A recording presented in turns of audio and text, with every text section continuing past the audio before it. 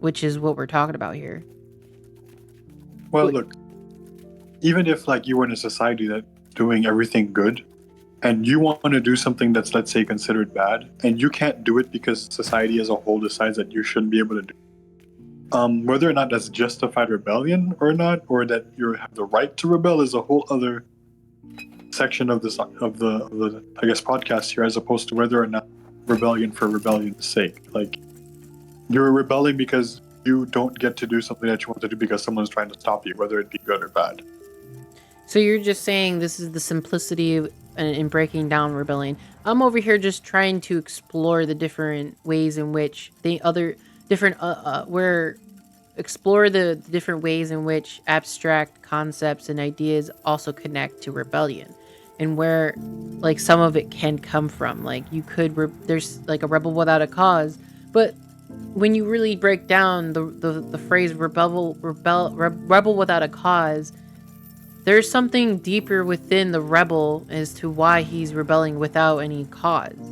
Like there's an internal rebellion within himself, you know? There's an internal internal mechanisms going on within himself to make him want to rebel for no preconceived reason. You know? It's there's greater mechanisms beyond just like, you know, someone's telling you to do something, so and you don't want to do it, so you rebel. Think that we can all just like, you know, really like try to like open up our brains to really figure out like other things that are connected to it, like power for instance is connected to it too, like lack thereof power, and then wanting to grasp and harness power in the act of rebellion. And one must have at least a little power in order to rebel to begin with, like I think we were talking about before. Rebelling doesn't have necessarily that you have to be against something. It could be that you're someone who sees that society could be different and that more people would benefit from society, in your opinion, a certain way. And you express your feelings through the way that you dress, through the music that you listen to, how you interact with people. You could be seen by someone else as you're a rebel without a cause because everybody here is having a good life and somehow you have a problem with it or whatever, right? You're a stick in the mud and you're like, no, actually, I just see all these things as a lie and that you're just all smiling at each other. But in reality, all of you are horrible people, and you're expressing that, you know, through again how you dress and how you behave. You're still rebelling, but you're rebelling in your cultural way, in a way that's non-violent, non-abrasive, so to speak. That also counts.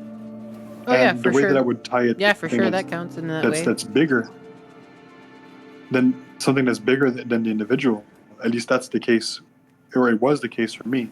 Especially in retrospect, I especially see it this way: is my ability to just rebel for no reason. Let's say I was to do that, or even if I did, doesn't necessarily make any difference towards the person who just needs that little spark to see that there's actually life in this world and people that are willing to stand up for something to actually start changing their life themselves.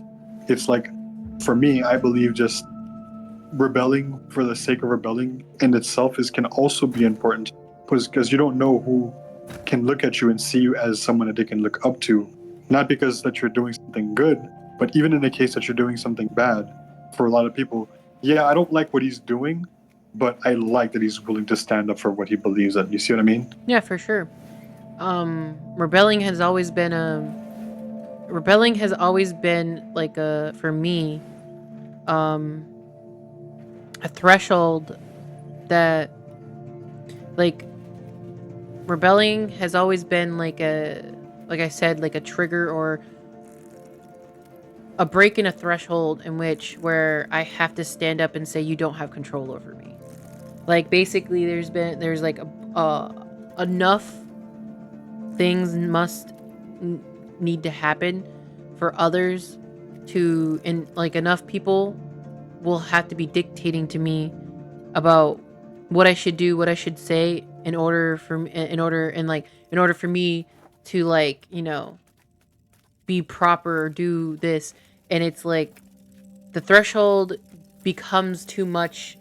The threshold is broken, and I literally need to declare with action and with the rebellion that like you do not have power over me, and you will never have power over me, and like that's like that's what it feels like to me. You know what I mean? Like that kind of feeling.